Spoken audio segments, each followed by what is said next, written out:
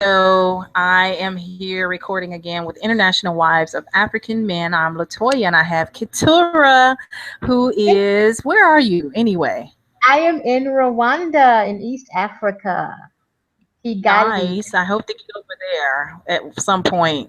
But you may be already over here in Ghana with me. So Yes, that is anyway, correct.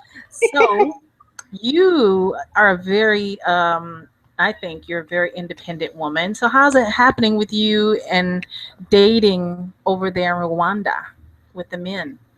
Well, the men in Rwanda are very odd. I think their way of courting is bizarre. It's to not court.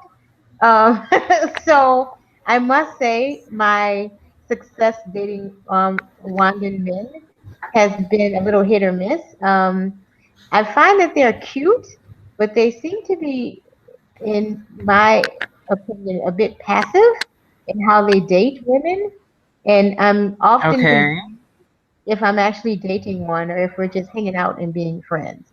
So it's very different from West African men who I find, at least when I was in Ghana, men were just very forward and direct and like, you are beautiful. I want you. I want you now. Kinda, it's quite no with Rwandan men. What's going on? Like, I think he likes me, but I don't Oh, know.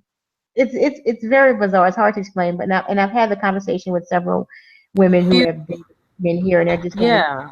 it's weird. It's a very weird place, just in general. Okay. Okay. So how do you find that the women that are Rwandan, how do they cope with it? I mean, is it just that you're just born there and you just get used to it, or do you think that they also have that challenge? Well, to be honest, I think people don't really date. Marriage is people say it's important. I find it's very forced. So I think it's expected to be married by the time in your mid 20s.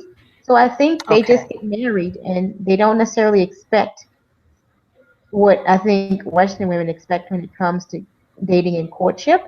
The only Rwandan women I've talked to who voice irritation with the way I do it were Rwandan women who have lived abroad for a while. So I think Okay. a good Rwandan girl, she finds herself with a boyfriend and they finish university and then there's a wedding and then they have babies and yeah, that's just sort of what happens. Yeah, I don't think yeah. Okay. they have as many needs as we do, I think. Right.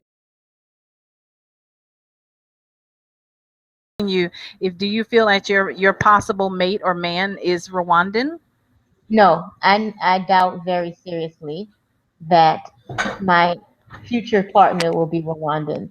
I just don't have much patience for the passiveness, and I never quite know, just in general, if what you can never quite tell what person you're getting when you deal with a lot of Rwandans. I think they're very good at Okay. being whatever they need to be in order to get through the day, I think, for lack of better words. And I just find it a little irritating, exhausting, and try to figure out, do you want it or not? I want to give it to you, but I need you to be more aggressive and I need you to be more consistent in interest. Okay. So I seriously doubt that my partner will be Rwandan.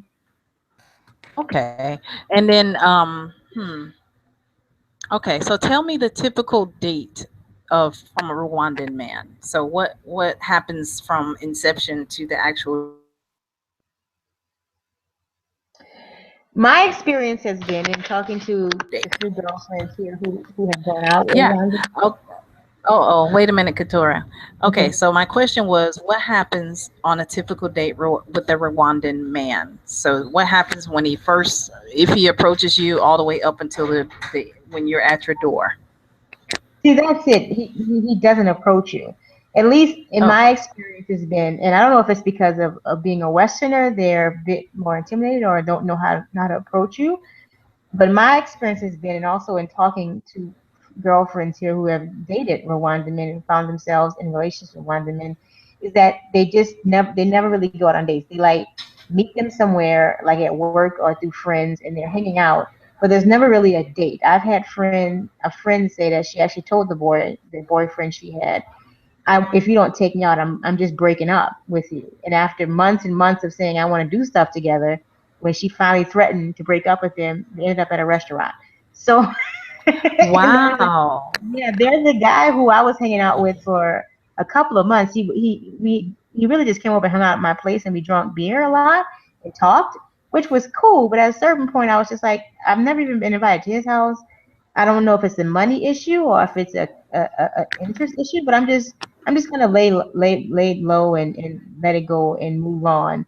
And so I didn't become rude to him, but I never really called him anymore or talked to him. And so then all of a Yeah. sudden I got a text message wanting to drive around Kigali, and then the other week he's like, we should come watch a movie at my house, and I'm kind of over it now. So because I feel like it's attached to, now that you've stopped making effort, now I'm going to, like, I'm not going to really make effort until I risk losing you.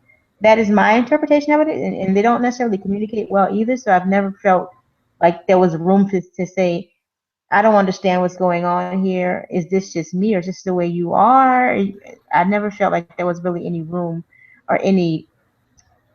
I didn't feel like that was something that would be said or would be answered completely. So yeah, it's Okay. just very weird. Very, very Okay. weird. Wow. Okay. Well, I am glad that even that you have shared here with the ladies of in our audience of International Wives of African Men. So it's very interesting to hear. The West African side is I want you, I need you, you're going to be my wife, and then the East African side is more like, oh yeah, I met you at work, let's just chill, or we're just Yes, hanging out. yes, So that's yes. really really interesting, and I wouldn't even want any parts of it either. You know what I'm saying? You feel me. You feel me exactly. It's a I weird do. And dynamic. I know when you came to Ghana, because you and I have met in person. When you came here, Mhm. I know you were trying to say that, but I don't think I really got it then because Yeah, and I didn't I'm get here it. in. Go ahead. Yeah, I didn't get it either. And I think when I was in Ghana, I met a Ghanaian man, and we've been conversing and talking. And just he's across the continent, but I feel more like this is my boyfriend than I Hold did with up. the guy.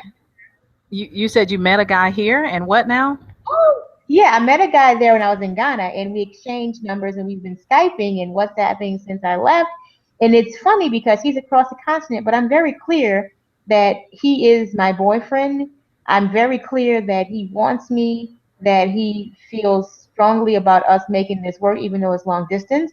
And it's only been like a month or two, and he's across the continent. And the guy who I was going out, I don't even know if to call it, the guy who I may or may not have been dating here, I still Okay. don't really know what to call what we were doing, if we were doing anything. And I've seen him a couple of times, and there's still this, again, this very passive making innuendo about wanting to meet the right one, but never saying, look, what's going on with us? I've enjoyed hanging out with you. I want to make sure that you are only for me.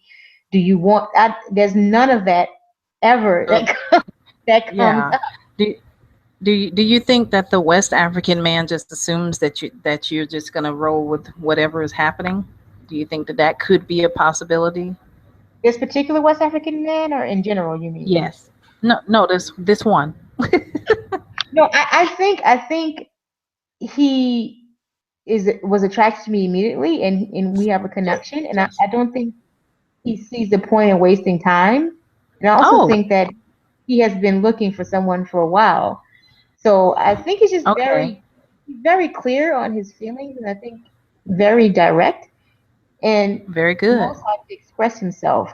And I do, I mean, given the history of Rwanda particularly, I can understand why I'm getting the passiveness and the not really communicating and expressing themselves. Like they have a very traumatic history here, and Yeah. I think it's part of their culture, even before the genocide. I think it's part of their culture to just be very repressed people.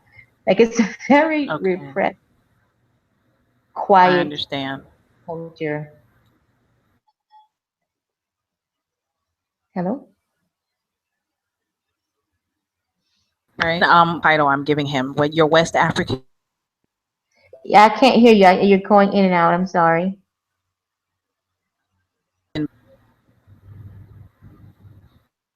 Okay. Hello?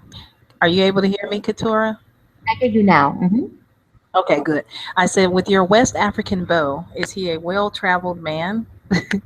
He's well traveled around Africa. He hasn't left the continent, but he's been to Okay. several West African countries, particularly. Okay. And does he have money? He's not rich, but he is gainfully employed. He works in IT. So Oh, he's gainfully beautiful. employed. Yeah, and actually helping his sister with her school fees. So he's not a wealthy man, but he is gainfully employed. Nice. Okay. Well, I look forward to us all going out on a double date. And when you get to know him, He went out again.